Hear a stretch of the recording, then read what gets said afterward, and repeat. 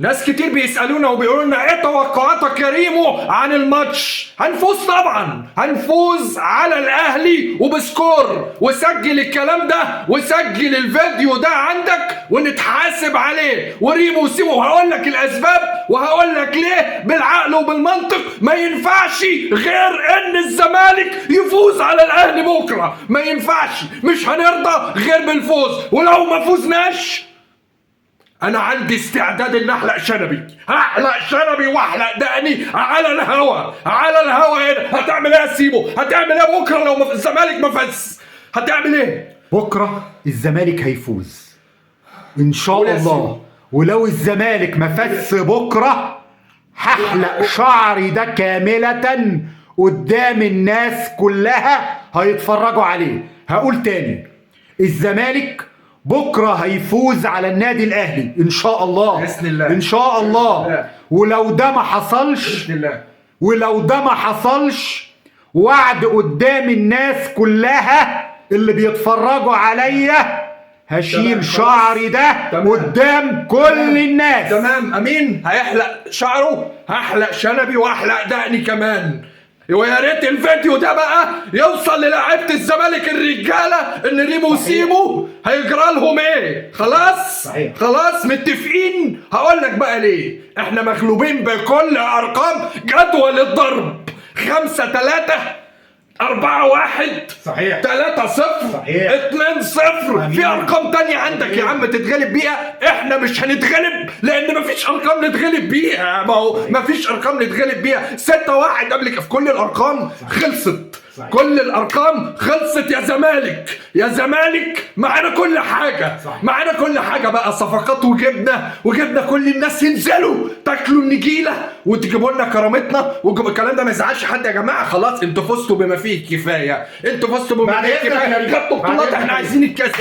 احنا عايزين مباراه تطلع بشكل حلو طبعا. وان شاء الله طبعا، ان شاء الله طبعا باذن الله طبعا. الزمالك انا كل خلافي مع ريمو قصة النتيجة، لكن أنا اللي متوقعه إن شاء الله. بتقول لي متوقع ده ليه؟ هقول لك أنا متوقع ده لأسباب كتير، لأسباب كتير قوي هقولها لك. لكن أولهم وأول حاجة عايز أقولها لك وهأكد عليها، إن شاء الله هنيجي بكرة وهنفرح والزمالك هيرجع. ولو الزمالك ما غلبش الأهلي بكرة أنا بأكد لو ده حصل أنا هحلق شعري ده قدام كل الناس، وريمو هيحلق دقنه قدام كل الناس. لكن اللي عايز أقوله لك، هنكسب بإذن الله. اللي عايز أقوله لك، أنت النهاردة تاريخ الجولات أنت قابلت الأهلي بره مصر كم مرة؟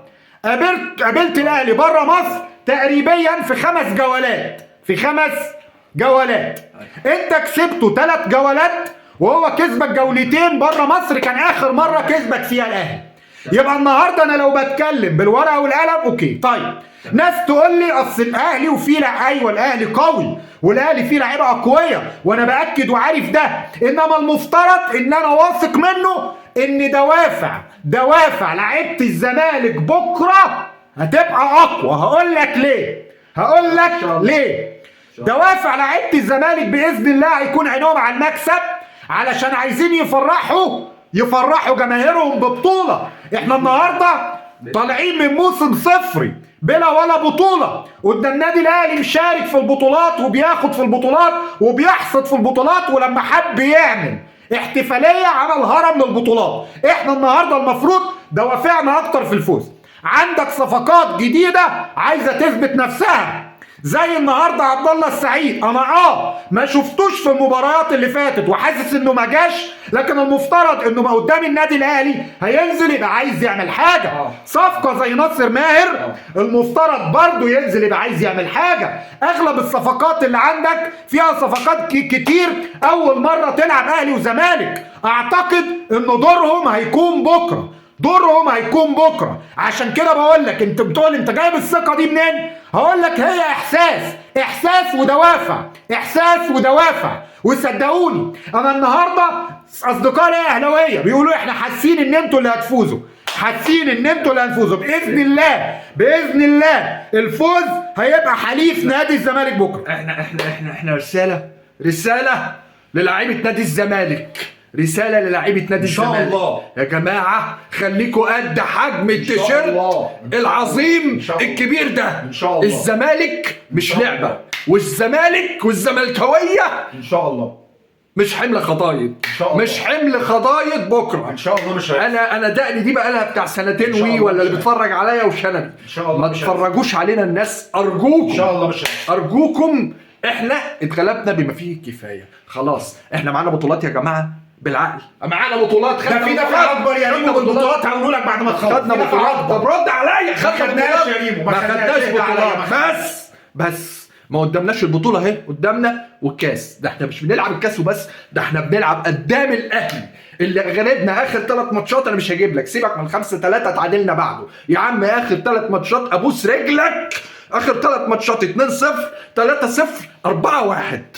فارجوكم مفيش بعد كده حاجه، هنودي وشنا. اعتقد لو عندهم دم، لو في مفيش. دم، لو الناس مفيش. دي عندها دم، في لعيبه عندها دم، اعتقد ان انت المفروض النهارده تنزل. عندك بيسموا وده مش عيب غل كروي. في نقطه تانية بقى عايز اقولها، ده اول كاس هيبقى بره مصر. حلو. فاعتقد ده الفته بايه ده؟ اعتقد ان لعيبه نادي الزمالك يحطوا في عينيهم ان دي بطوله لوحدها، حطوا في عينهم ان انت تاخد اول كاس بيتلعب بره مصر، اول مره الكاس يطلع بره. اعتقد ان دي بطوله لوحدها، وبكرر وبقول جايب الثقه دي منين ما اعرفش، لكن انا واثق في فريق الزمالك. ما ينفعش انا واثق في فريق بص يا ريم، هو ما ينفعش، لكن انا جوايا ثقه بتقول ان شاء الله الزمالك بكره يغلب. وان ما كانش انا باكد، انا وريمو كل واحد مسؤول عن ذاته قدام الكاميرا. انا سيمو بقول لو بكره الزمالك ما غلبش الاهلي هحلق شعري ده قدام كل الناس. اتفضل يا ريمو. الناس اللي بتنتقد وبتقول لك انت بتعمله كده ليه ولا لا. لا كل واحد يحب فريقه ويحب ناديه زي ما هو. انا ما فيش اي حاجه عندي اغلى من محبتي للزمالك، ما فيش اي حاجه، يعني اي حاجه قدام محبتي للزمالك اللي احنا بنعمل علشانه كل حاجه. يا ريمو عشان الناس ما تنساش بعد ما احلق شنبي ودقني زي ما قلت، واحنا مسؤولين عن الكلام دون، وكل الناس عارفه ان احنا رجاله ومسؤولين عن كلامنا. بس ان شاء الله باذنك يا رب الكلام ده مش هيحصل. اللي هيحصل ان هتبقى فيه مفاجاه لفيديو فوز الزمالك وتتويجه بكاس مصر وفوزه على الاهلي، وان شاء الله تكون ثقتنا في محلها، ويبقى فوز كمان مش فوز عادي، فوز بسكور يشفي غليلنا الكروي. وده مسموح وده ملوش اي حاجه، وده ملوش اي. احنا جماهير الاهلي على دماغنا من فوق، وهنيجي بعد الماتش وهنقول لهم هارد لك وحظ موفق باذن الله في بطولات تانية. ابقوا شوفوا اي بطولات غير قدام الزمالك نحييكم فيها ونشجعكم فيها، انما امام الزمالك ما فيهاش كلام. الزمالك هو عشقنا وهو حبنا الاول، وان شاء الله هنيجي نحتفل وهنتقابل بكره ان شاء الله يا جماعه باذن الله.